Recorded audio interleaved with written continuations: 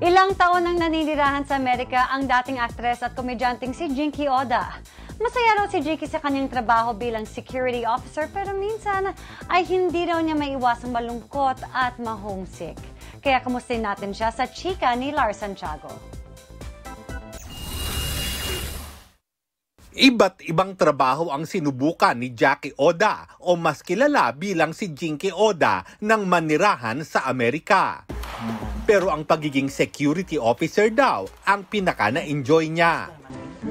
Huli siyang napanood sa Kapuso Network sa series na Vampire ang Daddy Ko.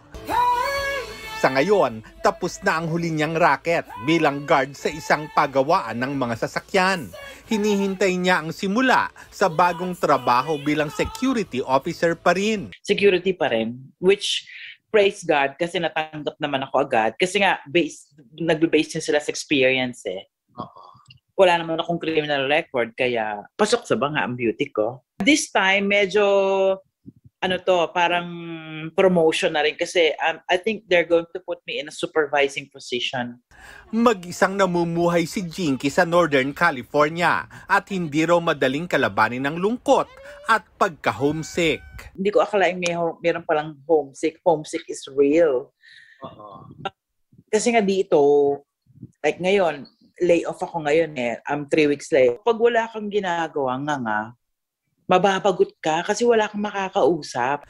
Ang kaisa-isang anak ni Jinky ay 26 years old na at may asawa na. Yung anak ko naka-base sa Florida kasi nandun yung mga in-laws niya, yung family ng wife niya. In fact, kaka-FaceTime ko lang sa kanya a little while ago. So, with my apo na napakadaldal. She's only turning 2 but she can speak ng mga words na nakaka-amaze.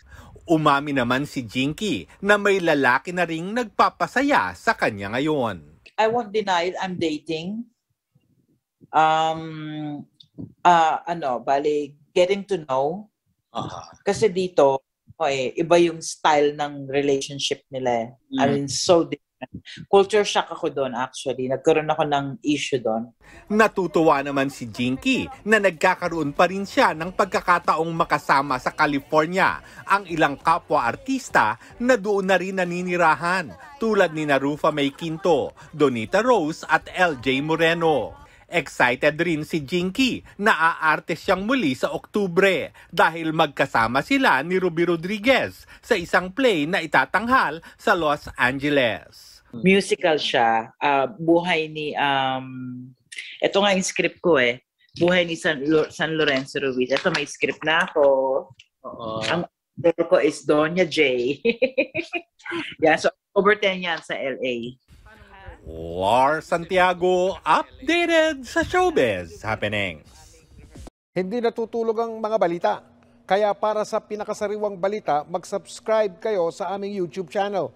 Para sa mga kapuso abroad, pwede nyo rin kaming makasama sa GMA Pinoy TV at sa www.gmanews.tv.